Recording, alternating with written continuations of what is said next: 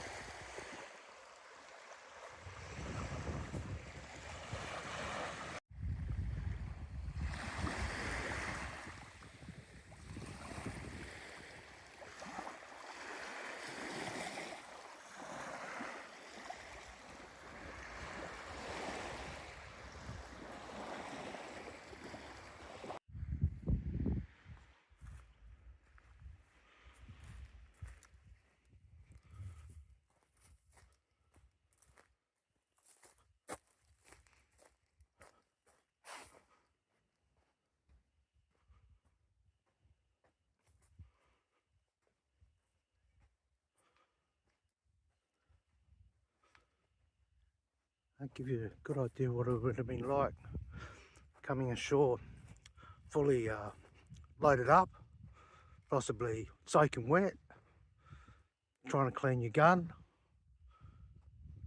keep your rations, and get up those cliffs, hopefully across the ridge. That was the plan, and over to the Dardanelles. Didn't quite work out like that.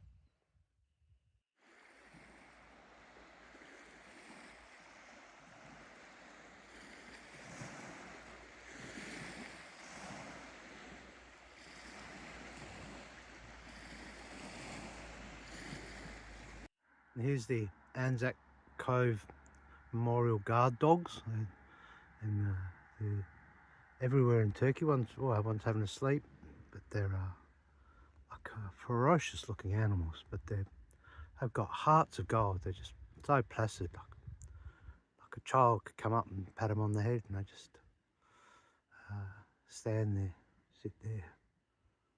This is the Anzac Memorial that was dedicated by Helen Clark, the Prime Minister of the New Zealand government at the time. And this is where they have ceremony each April 25th in memory of the 1915 battle. And this is the view of the Dardanelles from my pension at the mouth of the strait. And this is just eminently Turkish. This is my pension at the end of the Dardanelles Peninsula, where the Gallipoli Anzac Cove beaches were fought.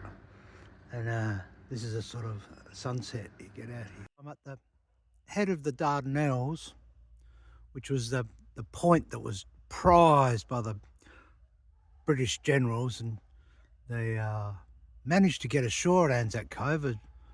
We were aware, and those forces dug in, but they did get across the peninsula and actually saw Kanakali, saw the Dardanelles Strait, which is what we're looking at now. This is the head of the Dardanelles at sunset. But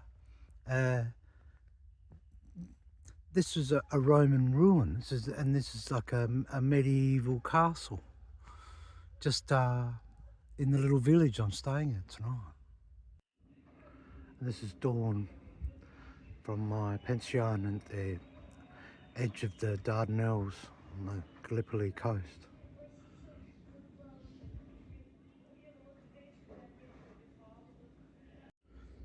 Good morning to you all and Happy New Year. And this is dawn from the Gallipoli Peninsula overlooking the Dardanelles Channel and Anzac Cove over towards the back of us over the ridge there. And there's an enormous container ship coming in through from international lines. And that's the mouth of the Dardanelles to the Aegean Sea, the Mediterranean.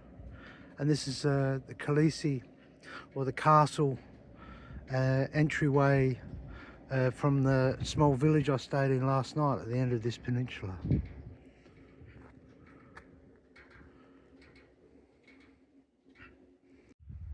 And this is sort of Bahia Fortress at the tip of the Dardanelles, the mouth of the passage that leads up to Istanbul.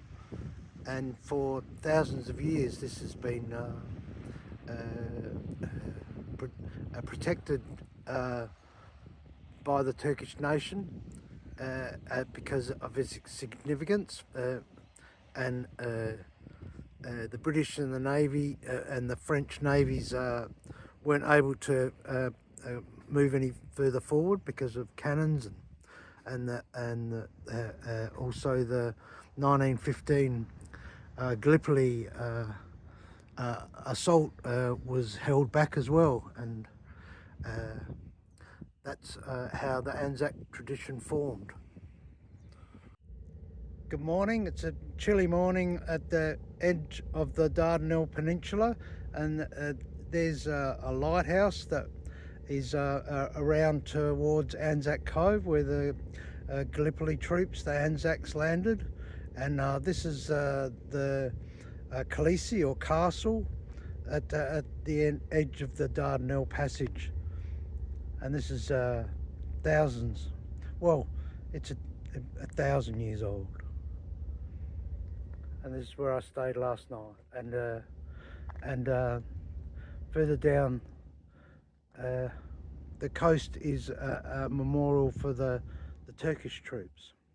And this is the centre of the Dardanelles Peninsula, and that's looking over towards Anzac Cove. And from what the recounts are, that the Australian and New Zealand forces managed to get up the cliffs and across the peninsula and over towards that direction to the other face of the Dardanelles Channel, and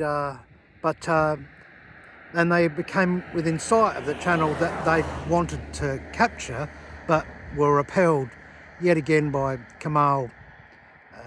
Mustafa Kemal, General Mustafa Kemal, who became Ataturk, and so from 1915 to 1934 he rose to power and is celebrated in Ankara Political Capital's monument that I've been to.